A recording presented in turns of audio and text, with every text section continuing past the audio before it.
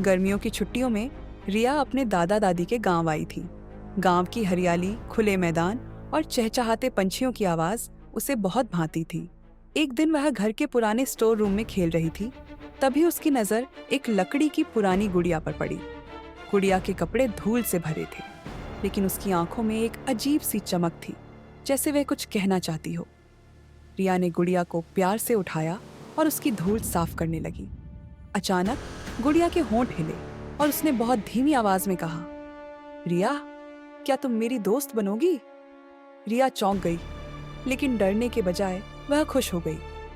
तुम सच में बोल सकती हो? उसने उत्सुकता से पूछा। गुड़िया मुस्कुराई और बोली, हाँ, लेकिन मेरी एक कहानी है जो अधूरी रह गई थी। क्या तुम मेरी मदद करोगी? रिया को तो मानो कोई नया रोमांच मिल गया। उसने झट से हाँ कह दिया। गुड़िया ने बताया कि वह एक जादुई जंगल से आई है, जहाँ उसकी रानी उसे बहुत चाहती थी।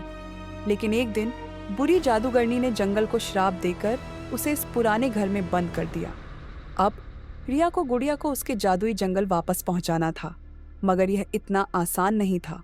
जंगल तक पहुंचने के लिए उसे रहस्यमयी पहेली सुलझानी होगी और जंगल के 5 पहरेदारों का सामना करना होगा। रिया ने निश्चय कर लिया कि वह अपनी नई दोस्त की मदद जरूर करेगी। गुड़िया का नाम परी था। रिया ने उसे अपने कमरे में लाकर प्यार से रखा और कहा, परी, अब बताओ, हमें जंगल तक कैसे पहुंचना है? परी ने मुस्कुराते हुए कहा, जंगल तक जाने का रास्ता तुम्हारे दादाजी की पुरानी किताब में छुपा है। रिया तुरंत दौड़कर दादाजी की लाइब्रेरी में गई। वहां बहुत सारी पुरानी किताबें रखी थीं। उसने ध्यान से अलमारियों को खंगालना शुरू किया।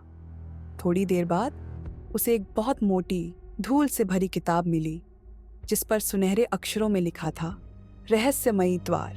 जैसे ही रिया ने वह किताब खोली, उसमें से एक चमकीला पन्ना गिरा। उस पन्ने पर एक रहस्यमयी नक्शा बना हुआ था। परी ने उत्साह से कहा, यही वह रास्ता है जिससे हम जादुई जंगल तक पहुंच सकते हैं। नक्शे के अनुसार जादुई जंगल तक पहुंचने के लिए उन्हें गांव के पुराने बरगद के पेड़ के पास जाना था। अगली सुबह रिया और परी चुपचाप घर से निकलकर उस पुराने बरगद के पास पहुंचे। पेड़ की मोटी जड़ों के नीचे एक छोटा दरवाजा था। परी ने दरवाजे को छूते ही कहा, इस दरवाजे को खोलने के लिए हमें पहली पहेली हल करनी होगी। तभी दरवाजे के ऊपर एक पत्थर पर शब्द उभरे, जिसके बिना जीवन अधूरा, फिर भी उसे कोई देख नहीं सकता। बताओ, वह क्या है? रिया ने कुछ देर सोचा, फिर उत्साह से बोली, सांस। हवा के बिना तो कोई भी जीवित नहीं रह सकता। जैसे ही उसने यह कहा, दरवाजा धीरे धीरे खुल गया और उनके सामने एक चमकदार रास्ता बन गया। परी ने कहा, अब हम रहस्यमयी जंगल की ओर बढ़ सकते हैं। रिया और परी जैसे ही अंदर पहुंचे, चारों ओर घना अंधेरा था। अचानक एक जोरदार गड़गड़ाहट हुई और उनके सामने एक विशाल पत्थर का दैत्य खड़ा हो गया। उसकी लाल आंखें जल रही थीं और उसने भारी आवाज में कहा, जो यहाँ से आगे जाना चाहता है, उसे अपनी बुद्धिमानी साबित करनी होगी। फिर दैत्य ने पहेली पूछी, मैं जितना खाऊं उतना ही बड़ा होता जाऊं, बताओ मैं कौन हूं? रिया ने अपनी कॉपी और पेंसिल उठाई और सोचने लगी। फिर उसे याद आया कि दादाजी ने एक बार ऐसी पहेली पूछी थी। वह मुस्कुराई और बोली, गधा। दैत्य जोर से हंस पड़ा और रास्ता छोड़ दिया। बिल्कुल सही, अब तुम आगे जा सकती हो। जैसे ही रिया और परी आगे बढ़े, उन्हें एक बड़ा सुंदर बगीचा मिला। वहां एक सुनहरा पक्षी एक ऊंचे पेड़ पर बैठा गाना गा रहा था। अचानक वह बोला, अगर तुम्हें आगे जाना है तो तुम्हें मेरी धुन पूरी करनी होगी।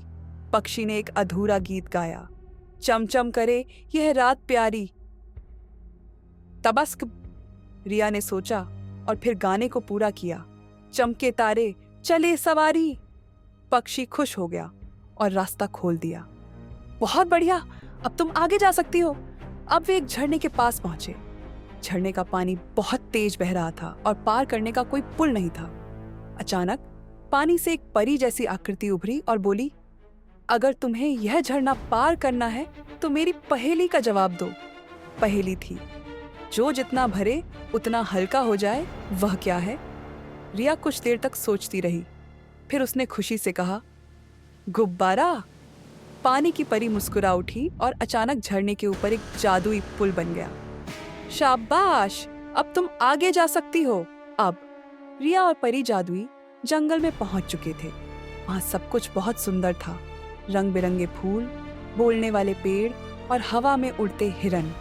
लेकिन परी दुखी थी। उसने कहा, जंगल तो यहाँ है, लेकिन मेरा महल गायब है। रिया ने नक्शे को फिर से ध्यान से देखा। उस पर लिखा था, महल तभी प्रकट होगा जब सच्चे दिल से इसे पुकारा जाएगा। रिया और परी ने दिल से पुकारा, हे जादुई महल, अपनी सच्ची रानी के लिए वापस आ जाओ। अचानक जमीन हिलने लगी और एक सुनहरा महल हवा में उभर आया। पर अचानक आसमान में काले बादल छा गए और एक डरावनी हंसी गूंज उठी। हा हा हा हा, तुमने सोचा कि तुम इतनी आसानी से सफल हो जाओगी? यह बुरी जादूगरनी थी जिसने परी को जंगल से निकाला था। जादूगरनी ने अपना डंडा घुमाया और एक तेज रोशनी निकली। लेकिन रिया ने अपनी सूझबूझ से परी का हाथ पकड़कर जोर से कहा, प्यार और सच्चाई से बड़ा कोई जादू नहीं होता। जैसे ही उन्होंने यह कहा, परी के हाथ से एक सुनहरी रोशनी निकली और जादूगरनी पर पड़ी। वह जोर से चिल्लाई और धुएं में बदलकर गायब हो गई। अब सब कुछ फिर से सुंदर हो गया। जादुई जंगल में रोशनी लौट आई, पक्षी गाने लगे और महल पहले से भी सुंदर दिखाई देने लगा।